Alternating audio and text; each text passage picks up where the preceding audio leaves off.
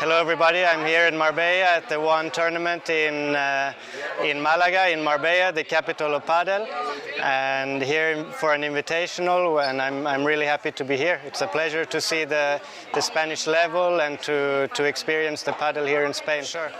I think my level depends which country you are talking about. In Sweden, my level is competitive, is relatively high, and here in Spain I noticed that it's not the same, you know, it's another level.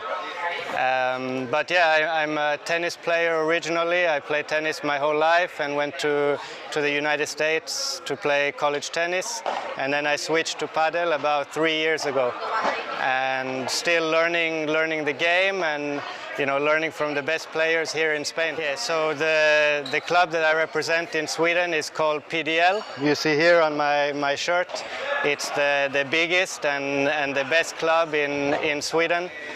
Multiple times Swedish championship for teams. They are the winners, and we have a lot of centers in Sweden where we have great indoor facility.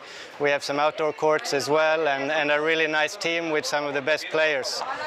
Daniel Windahl, maybe you know, he's our star captain of the team. The level in Sweden now is getting better and better. I think Padel is a relatively new sport being played.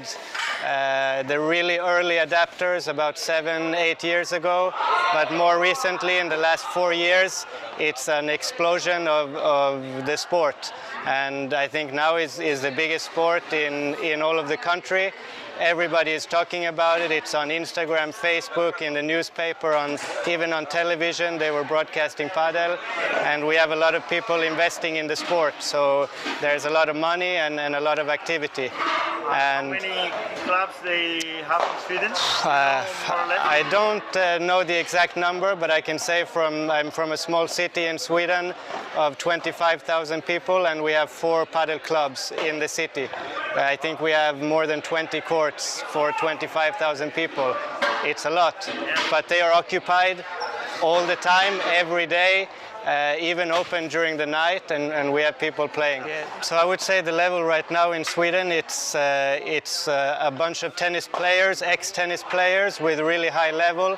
A lot of ex-Davis Cup players, professional doubles tennis players who have now switched completely to Padel.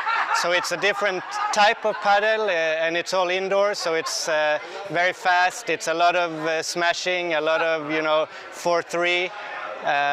But people are really getting together and competing with each other. We have tournaments almost every weekend, and the atmosphere is intense in the tournament. Everybody wants to win.